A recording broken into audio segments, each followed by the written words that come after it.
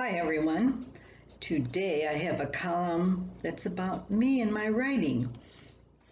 I wrote it back in April 1986. Spring does her thing.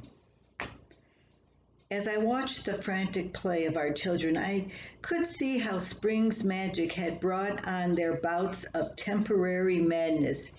It took a little longer for me to recognize that a similar spring insanity controlled my own behavior. As soon as the temperature went above 40, I couldn't sit still in the house any longer. I had to go outside, taking in deep breaths of clean, warmer air. This breathing exercise went in conjunction with up and down neck exercises as I watched flocks of geese on their way northward. One exercise was great for my lungs, the other gave me a crick in the neck.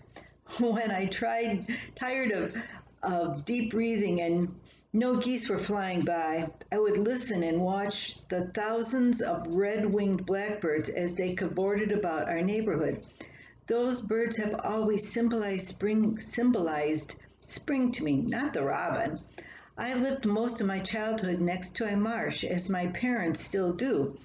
The warbling call of the red-winged blackbirds was the first thing we heard in the morning, even before any of our boisterous roosters proclaimed daybreak.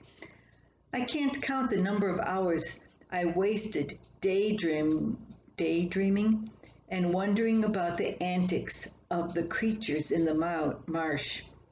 I hid from the view of the animals and humans alike in the tall reeds and weeds and imagined. I think that was the beginning of the writer in me. When I hear the call of red-winged blackbirds now, memories of those carefree days come back to me. The birds' return always, their return always means the child in me has a rendezvous with that other marsh in my past. No wonder I can't sit still in the spring. Nothing as menial as housework could fight against such strong memories. I gladly leave sweeping, dusting, and cleaning for a walk in the fresh air. If I can get away with it, I take 2 or 3 walks a day, but I can't always go out of the house as I wish. There are other jobs that force me to remain inside, away from my beloved birds. Today, I want to be outside. The sun is shining, the sky is clear, my birds are calling me. But I can't go out, not just yet. I have to finish writing this column. I already put off writing too long, waiting for the very last minute, just like the kids do with their homework.